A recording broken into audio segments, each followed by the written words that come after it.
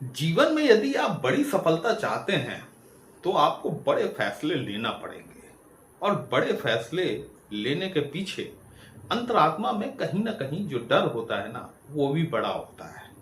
इस डर पर जितने जीत पाली उसकी जीत सुनिश्चित है। एक ऐड भी था ना किसी कोल्ड ड्रिंक का, शायद कि डर के आगे जीत है।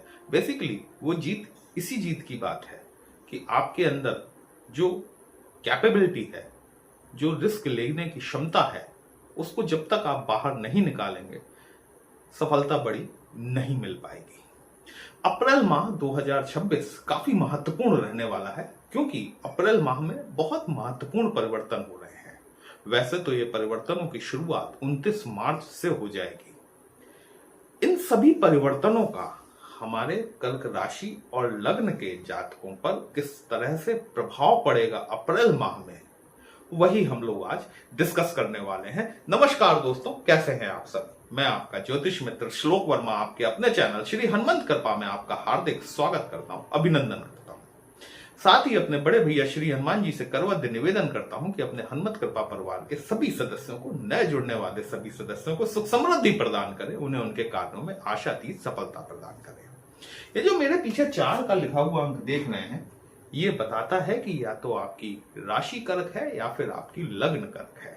चंद्रदेव आपके लग्नेश होते हैं, राशेश होते हैं, भावनाओं में बह जाने वाली राशि है। थोड़े से सुख में सुखी और थोड़े से दुख में दुखी। चंद्रमा बड़ा महत्वपूर्ण रोल प्ले करता है आपकी लग्न और राशि की स्थिति में। वर्तमान में जो ग्रह गोचर की स्थिति बनी हुई है, गुरुदेव बृहस्पति आपके 12वें भाव में गोचर कर रहे हैं, केतु आपके द्वितीय भाव में गोचर कर रहे हैं, राहु मंगल बुध आपके अष्टम भाव में गोचर कर रहे हैं, शनि मंगल, ये 2 तारीख को मंगल देव वहां पहुंचेंगे। तो शनि और सूर्य आज की वर्तमान स्थिति में आपके 9th हाउस में गोचर कर रहे हैं।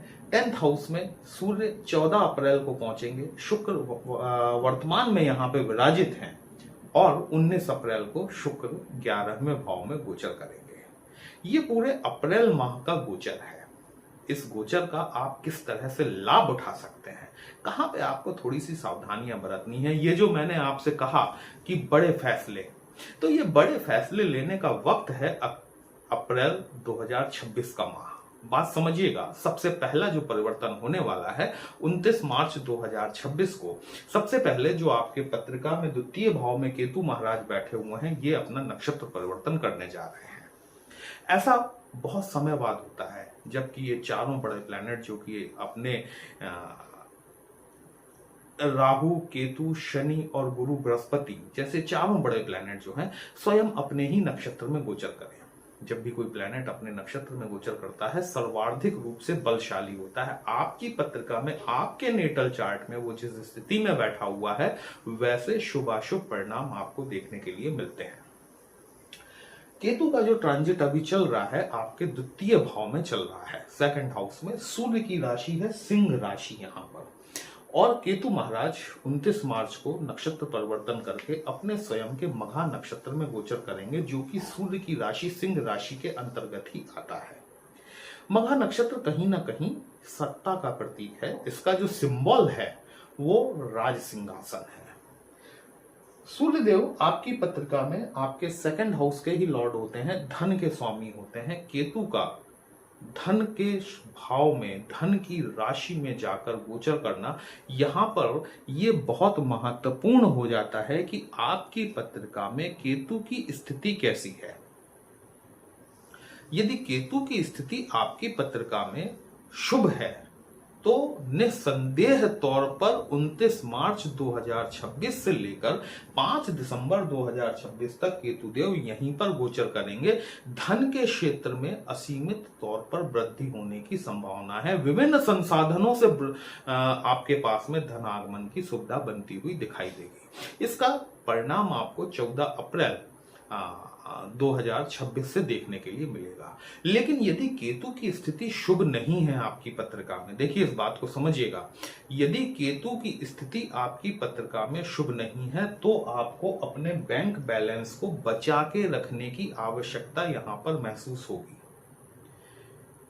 सूर्य की राशि में गोचर हो रहा है, सूर्य आपके धन भाव के स्वामी है। मोस्ट इंपॉर्टेंट बात यह है।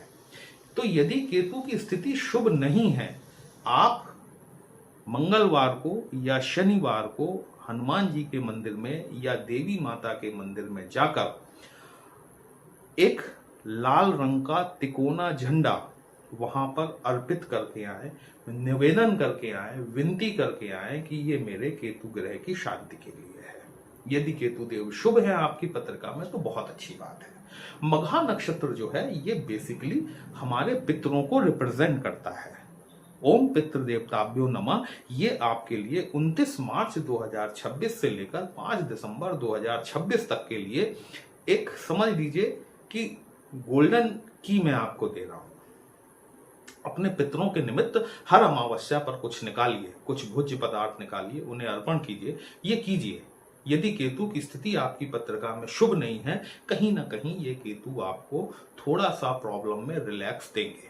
केतु की स्थिति बढ़िया है तो फिर 14 अप्रैल 2026 के पश्चात जब सूर्य आपकी पत्रिका में उच्च के हो जाएंगे, बड़ा महत्वपूर्ण परिवर्तन होगा ये आपके लिए। धन भाव का स्वामी कर्म क्षेत्र में आकर बैठा हुआ है। कर्म के क्षेत्र से प्रमोशन, प्रतिष्ठा, मान मर्यादा की वृद्धि यहां पर आपको देखने के लिए मिलेगी। 2 अप्रैल 2026 को दूसरा महत्वपूर्ण परिवर्तन जो होगा वो ये होगा कि यहां पर राहु, मंगल और केतु का भाव आधारित और दृष्टि आधारित जो अंगारक योग बना हुआ था वो भंग होने जा रहा है। मंगल देव आपकी पत्रिका में दशम भाव के स्वामी होते हैं, साथ ही साथ पंचमेश होते हैं। ये मंगल अभी तक आपकी पत्रिका में अष्टम भाव में गोचर कर रहे थे। अष्टम भाव हमेशा प्रॉब्लमैटिक तो नहीं है, इस बात को समझिएगा। जो भी व्यक्ति अष्टम भाव से जुड़े हुए चीजों से, कार्यों में संलिप्त हैं, उन्हें तो अष्टम भाव बेशुमार धन दौलत दिलवा देता है। लेकिन यदि शुभ नहीं होता है तो किसी भी प्लैनेट का 8th हाउस में जाकर बैठ जाना प्रॉब्लमैटिक रहता है। 2 अप्रैल 2026 को मंगल महाराज राशि परिवर्तन करेंगे और शनि मंगल सूर्य के साथ में युति करेंगे। भाग्य का सहयोग, संतान की तरफ से शुभ समाचार। यदि संतान की आप नौकरी पेशे में किसी प्रकार की कोई रुकावट देखने के लिए मिल रही है आपको अथवा आपकी संतान को, भाग्य के सहयोग से कर्म के क्षेत्र में उन्नति देखने के लिए जरूर मिलने वाली है। सबसे पहली बात, यहां पर शनि और मंगल का जो कॉम्बिनेशन बनेगा ये थोड़ा सा यहां पर एक प्रॉब्लम है, क्योंकि ये दोनों जो प्लैनेट हैं ये एक दूसरे से एनिमिटी रखते हैं। यदि किसी व्यक्ति की पत्रिका में तात्कालिक मित्रता में शनि मंगल नहीं है तो ये शनि मंगल का कॉम्बिनेशन कहीं ना कहीं समस्या क्रिएट करने वाला बनता है। तो यदि आप विदेश जाना चाह रहे हैं, कहीं विदेशों से संबंधित कोई कार्य व्यवसाय करते हैं, अगर शनि मंगल की कंडीशन आपकी पत्रिका में ठीक नहीं है, कुछ अड़चने या कुछ रुकावटें आपको देखने के लिए मिल सकती हैं। लेकिन यदि शनि मंगल का कॉम्बिनेशन तात्कालिक मैत्री में है आपके, तो यही मंगल महाराज यदि आप विदेश जाना चाहते हैं तो अपनी चौथी दृष्टि से विदेश जाने के रास्ते खोल सकते हैं। विदेशों से संबंधित यदि आप व्यवसाय करते हैं तो भाग्य और साथ में पराक्रम के द्वारा आपको सुख सुविधाओं में वृद्धि होगी। विदेश जाने के रास्ते यहां पर आपके लिए खुलते हुए जरूर दिखाई देते हैं। सूर्य का मैंने आपको बता दिया कि सूर्य जब 14 अप्रैल को यहां आएंगे, बड़ा शानदार ये आपके लिए गोचर रहने वाला है। यहां पर 11 अप्रैल को बुद्ध महाराज की एंट्री होगी। ये बुद्ध महाराज जो है 11 अप्रैल को आपके दशम भाव में गोचर करेंगे, भले ही 3 दिनों के लिए, मतलब 11 अप्रैल से लेकर 14 अप्रैल तक यहां पर सूर्य बुद्ध का बुधादित्य राजयोग आपको चार्ट में देखने के लिए मिलेगा, लेकिन इसका प्रभाव नहीं मिल पाएगा। वो इसलिए नहीं मिल पाएगा क्योंकि सूर्य की डिग्री, सूर्य 14 तारीख को अपना राशि परिवर्तन करने वाले होंगे, ठीक है। तो सूर्य लगभग 27 डिग्री के आसपास होंगे और बुध जो है ये 3-4 डिग्री के आसपास की इनकी होगी। तो जो एक परफेक्ट कॉम्बिनेशन जो बनता है, जिसे हम संपूर्ण बुधादित्य योग के नाम से जानते हैं, उसका बहुत ज्यादा बेनिफिट आप लोगों को नहीं मिल पाएगा। सूर्य यहां पर आएंगे आपके 14 अप्रैल को यहां आ जाएंगे, और इसके पश्चात में जो परिवर्तन होना है वो शुक्र महाराज का होना है। शुक्र महाराज 19 अप्रैल को आपके एकादश भाव में अपनी ही राशि में गोचर करना शुरू करेंगे। वर्तमान में शुक्र केतु के अश्वनी नक्षत्र में गोचर कर रहे हैं। अश्वनी नक्षत्र जो है वो चिकित्सा के क्षेत्र से जुड़ा हुआ है। वो जातक जो कि चिकित्सा से या फिर किसी भी प्रकार से हीलिंग से संबंधित काम करते हैं, लोगों को हील करते हैं, उनके लिए ये शुक्र का गोचर दशम भाव में भी बहुत बढ़िया है और साथ ही साथ 11वें भाव में भी बहुत बढ़िया होगा। शुक्र आपके जो भाव के मालिक होते हैं, एक तो 11th हाउस के लॉर्ड होते हैं, दूसरे आपके चतुर्थ भाव के स्वामी होते हैं। घर गृहस्थी की चीजों पर, जिसको हम कह सकते हैं कि लग्जरियस आइटम की परचेज में आप आगे बढ़ सकते हैं। आपको कार्य व्यवसाय के क्षेत्र से लाभ होता हुआ दिखाई देगा। निश्चित तौर पर आपकी इनकम बढ़ने वाली है। महत्वपूर्ण यहां पर यह है कि जो बड़े फैसले लेने की मैंने बात कही, देखिए इस बात को समझिएगा कि अप्रैल में वैसे भी लोगों के अप्रेजल्स लगते हैं। मार्च क्लोजिंग के बाद में लोग बाग स्विचिंग करते हैं या फिर स्विचिंग करने के विचार बनाते हैं। ये वक्त जो है ये ईमानदारी से कर्क राशि और लग्न के जातकों के लिए, यदि उनकी दशा अंतर्दशा फेवरेबल कंडीशन की चल रही है, वक्त निश्चित तौर पर बड़े फैसले लेने का है जो कि भविष्य में जाकर आपको लाभान्वित कर सकते हैं।